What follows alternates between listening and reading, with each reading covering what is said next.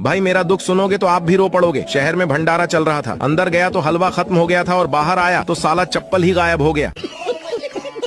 घर वाले कहते हैं बेटा बुरी संगत से दूर रहो। अब उन्हें ये कौन बताएं कि मंत्रिमंडल के अध्यक्ष तो हम ही हैं।